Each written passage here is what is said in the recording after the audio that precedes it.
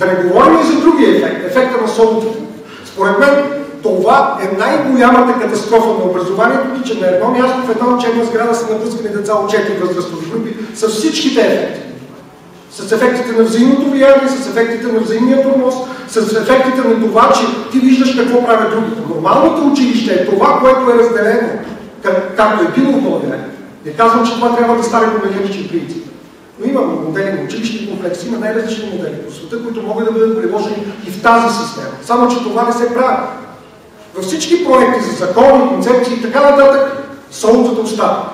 Да не говорим за това, че солутата смачкват учениците от гледна точка на тяхното кариерно развитие. Защото масово се опитат, има ли тук учители, които биха го потвърдили? Масово се опитват да задържат учениците след 7 клас. Всякакви честни и нечестни методи, включително и са задържани на дете. Тоест, децата всъщност остават без избор, защото системата е така направена, че да ги държи заради какво? Заради касичката, за която става това. Всъщност, делегираните бюджети са толкова много изкривени, че самите директори измислят най-различни методи и средства как да съберат бюджет. Например, това са реални примери. Една директор от Шумен беше наела частен детектив, за да намери личните данни на деца, които с родителите са в чужбина, за да ги запише в училище на самостоятелна подготовка. Те няма да се явят, но тя ще взема полагат се пари. Друга учителка, която според мен може би трябва дори да бъде наградена за изобретателност, за креативност, от Вълче до директор, прощавайте, беше записала 40 старци от родното си село в 2-3 клас и ги разхождаше всеки месец с училищния автобус до града и обратно. Старците бяха доволни, че ходят до града, а тя беше доволна, че си пълни бюджета на училище. Ако това е учене през целия живот, ако това е моделна система, ако това е начинът, добре. Само че не мисля, че двусменното обучение, за това след мен чух. Просто не ми се говори. И последното ангажираността на общността. Ева преди малко говореше за ъгъла. Аз бих казал, че учителите нарочно са изгонени от училище. Нашето училище е резултат не на държавно мислене, не на държавна политика, защото тогава сме нямаме държава. Нашето модерно училище е резултат на общността, която е искала децата да се образоват. Затова във всеки град хората са събирали всички обществени средства, за да си направят училище, да наемат най-добрия даскал и след това заедно да решат как ще ги учат децата и заедно да ги препитват. Спомнете си това. Това е модел. И този модел е работил дълго време до тоталитарния режим, който е, както всеки тоталитарен режим, трябва да хванем всичко в една яка. Да не говорим идеологическите, забежки и така нататък. Но за съжаление нашето училище остава последния бастион на комунизма. Управлението на училището не се различава по нищо от управлението в късния соц. Ако кажете, че делегираните бюджети са нещо хубаво, мисля, че вече говорихме за това. Да, хубаво са, но не точно направили по този начин. Така че, какво от всичко това, което видяхте, като модел за ефективно образование в България се случва? Освен това, общинските училища, които са мнозинството от нашата образователна система, са на двойствено подчинение. Те са третостепенен за София. Нали така се казва? Бюджетен разпоредител.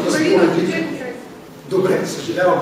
Терминологията от мен винаги ми идва на езика. Третостепенен, нали? Третостепенен разпоредител на бюджетно средство.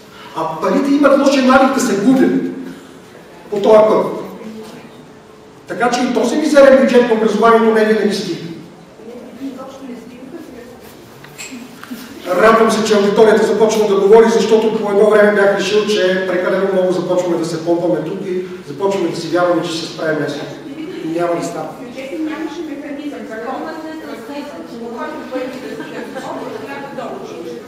Просто това нямаше и това парите не стига като училище. Добре, ето, започваме да си говорим вече за бъдещите срещи. Така че ще имаме възможност да говорим за много от тези неща. Ще имаме възможност да говорим и за това как общините и държавата всъщност се разбират помежду си. Риотата са някаква уродлива форма, която от една страна това трябва да са методисти, а от другата страна тези методисти трябва да имат контролни функции. Тоест без аз си да ти давам къл, утре да ми наказва. това може да управлява. Всъщност, дори и нещо много странно. Миналата година имаше една среща, на която присъствах, където бяха събрани всички заместник-кметове по образованието и всички директори на районните инспекторати в Министерството. Една трета от тях не си говореха. Не просто не седяха, не си говореха. Как на ниво на общината, тогава ние управляваме образованието, когато общественото начало всъщност липсва. Искам, просто за да ви провокирам, да ви покажа всеобщата декларация за правата на човека, сигурно всички сте чували за нея, и това, което се казва, което се отнася до образованието, до това, че всеки човек има право на образование. Всички тези неща, нали се четат, тук са по-големи, че това. Виждате ли се отзад? Това са всичките неща. Тези неща може ли да се каже, че съществуват в България? Много от тях просто ги няма. Ние имаме дори конституционни нарушения в образованието, което много бързо могат да се решат. Едното от тях, всъщност, нека първо да кажем за двустепенното обучение. Тази сметка, виждали ли сте? Децата ни, които учат на 2 смени, това са повече от половината деца в България, учат година и 3 месеца по-малко. Година и 3 месеца по-малко. 40-минутният час някъде е записан като изключение в крайен случай. В момента то се превърна в норма. Така постепенно, лека и полека, образованието на децата ни беше ограбено. И това, което е във връзка с частното образование, където има според мен конституционно нарушение, факта, че там децата нямат право да получават държавната си издръжка. И по този начин ги дограбваме. Ще кажете, това са някакви богаташи, които са си надили над мастрафа и могат да си дадат детето там. Лично аз съм консултирал родители, поне на 10 деца, които съм ги молил да ги запишат в частно училище, защото детето има специфично обучително затруднение и поведенчество нарушение, което не му позволява да учи в клас от 31-32 деца и се нуждае от специализиран надзор, подкрепа или нещо друго. Знаете ли тези родители как издържат децата си в тези училища? Знаете ли с какви средства, какви пари и какви жертви го правят? Защото държавата по никакъв начин не иска да го направи. И най-гадното в цялата тази история е, че все пак има едно училище в България, което е частно и получава държавата си. Няма да го кажа, всички се сетват, това е колеж. Където повечето от държавите, мъже и жени, са си записали деца.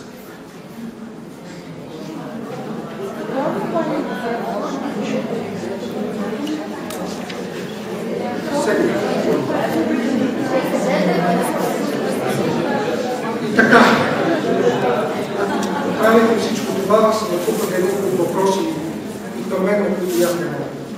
И съм тук, за да можем да се намерим отговорите заедно. Как да планираме промяната? Откъде да започнем? Кои са ресурсите, с които можем да изпълним?